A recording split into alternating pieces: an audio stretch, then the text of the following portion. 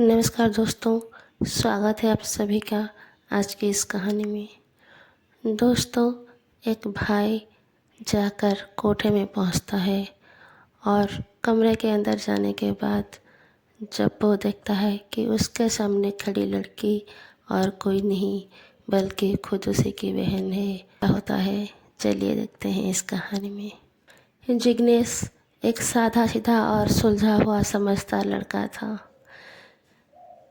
उसने अपनी 12वीं पढ़ाई ख़त्म करने के बाद घर की हालातों को देखकर आगे की पढ़ाई बंद कर दी और काम करने के लिए शहर निकल गया। शहर में वहाँ पर वो रोज़ काम करता और अपने कमरे में आकर खाना खाकर सो जाता।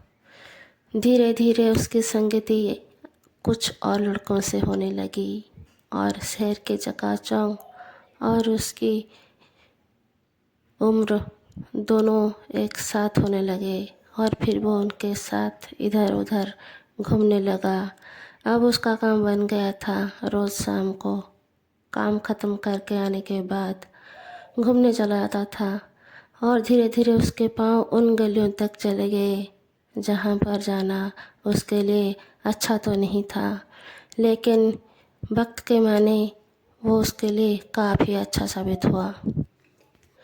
उस लाल बत्ती वाले इलाके में जहाँ पर कोई भी सादा सीधा लड़का जाना उसके लिए घबराहट की बात होती है, पर उसके पाँव खींचे चले गए और उनके इशारों को समझते हुए। और जब वो पैसे देकर अंदर दाखिल हुआ और देखता है कि उसके सामने जो लड़की सजी धजी बैठी हुई है वो और कोई नहीं बल्कि उसकी सगी बहन है। उसकी छोटी बहन सरिता जो घर छोड़कर भाग गई थी पिछले 2 साल से, और उसी के बाद ही ये शहर काम करने आ गया था। दरअसल बात ये थी कि भोलेपन में बहुत ही कम उम्र में उसने एक ऐसे लड़के को अपना दिल दे बैठा जो कि उसका दलाल निकला। सरिता एक लड़के से बहुत ही ज़्यादा प्यार करती थी और वो लड़का भी उससे काफ़ी ज़्यादा प्यार करता था, लेकिन वक्त की हालातों के माने तो उनके घर वालों ने उन दोनों को एक होने नहीं दिया। गांव वाले, समाज, और अभी सरिता भी काफ़ी छोटी थी, महज 12-14 साल की ही थी वो, और इस उम्र में तो कुछ भी नहीं दिखता और कहते हैं ना प्यार अंधा होता है। उसकी आंखों पर तो मानो पट्टी बंधी हुई थी। उस लड़के ने उसको इतना अपनापन जताया कि इसने ये अपना खून का रिश्ता, माँ बाप, भाई बहन सब भूलकर उसके साथ भाग गई। आधी रात को जब छुपकर वो घर से भाग गई और सुबह जाकर वो लोग रेलवे स्टेशन पर पहुंच जाते हैं। सरिता अपनी आंखों में नए सपने सजोते हुए अपनी सपनों की दुनिया में खो गई थी और वहाँ से उन दोनों ने शुरू किया ट्रेन की सफ़र। सरिता काफ़ी छोटी भी थी, उसको बाहरी दुनिया की समझ भी नहीं थी। ट्रेन के सफ़र में कब उसकी साइड में सीट में बैठा उसका आशिक बदल गया उसे पता नहीं चला, और रात तक उसके साथ उसका आशिक नहीं बल्कि कोई और था। और ट्रेन से उतरकर उसको एक गाड़ी में बिठाकर ऐसी जगह ले गया जहाँ पर उसका बाहर निकलना नामुमकिन ही था। अंधेरे की उन गलियों में उसको, उस मासूम से बच्ची को करीब 1 महीना रखकर मारा गया, पीटा गया, और ये सब सिलसिला तब तक चलता रहा जब तक वो उनकी बात नहीं मान लेती। और एक छोटी सी मासूम बच्ची प्यार में अंधी हो गई थी। अब वो करते भी तो क्या, उसके पास कोई चारा भी नहीं था उस बदनामी की गली से बाहर निकलने के लिए। चारों ओर से बंदिशे और ऊपर से बदनामी का भी डर। उनकी बातों में हामी भरनी पड़ी और उन्हीं के साथ उन्हीं के काम में शामिल हो जाना पड़ा। अब उसका रोज़ का काम यही था कि वो रोज़ खुद को सज धज के औरों को बेचती और बस दो वक्त का खाना खाकर वहीं पर अपनी ज़िंदगी गुजारती। रोते भी लगते अपने पुराने दिनों को, घर को, माँ बाप को याद करती। लेकिन इसी बीच उसका भाई जो कि शहर आया होता काम करने के लिए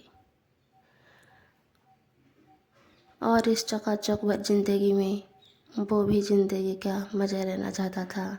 इसीलिए वो उन गलियों में जहाँ पहुँचा और संजोग देखिए कि जिस कमरे में वो मज़े उठाने के लिए गया था, वहाँ पर देखता है उसके सामने उसी की ही बहन खड़ी है। अब दोनों भाई बहन रोते भी लगते, एक दूसरे के गले लग जाते हैं और अपनी सारी आप बीती सुनाती है उसको। अब भाई तो अपनी बहन की रक्षा करने के लिए कुछ भी कर सकता है। उसने कहा, बहन तो चिंता मत कर, जो गलती तूने की थी उसकी सज़ा काफ़ी मिल चुकी है तुम्हें। अब मैं तुम्हें इस दलदल से बाहर ले जाऊंगा।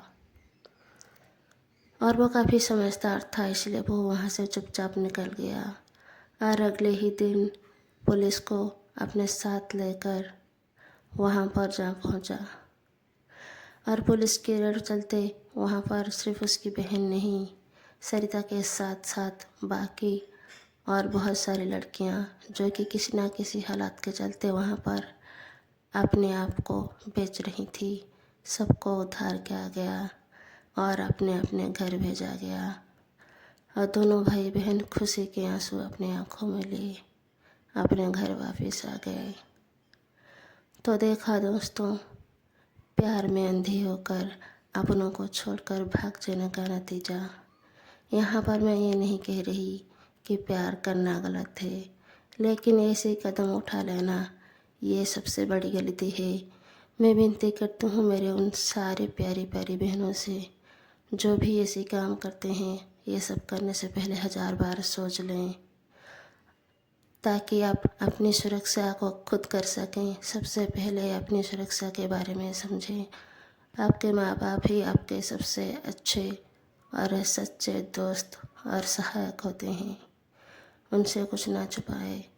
और अगर अपने प्यार को पाने के लिए आप ऐसे कोई कदम ले रहे हैं तो बहुत सोच समझ कर लीजिए। कम से पहले ज़रूर सोच लीजिए कि आगे आपके कदम किस तरफ बढ़ रही है, आबादी की तरफ या बर्बादी की तरफ।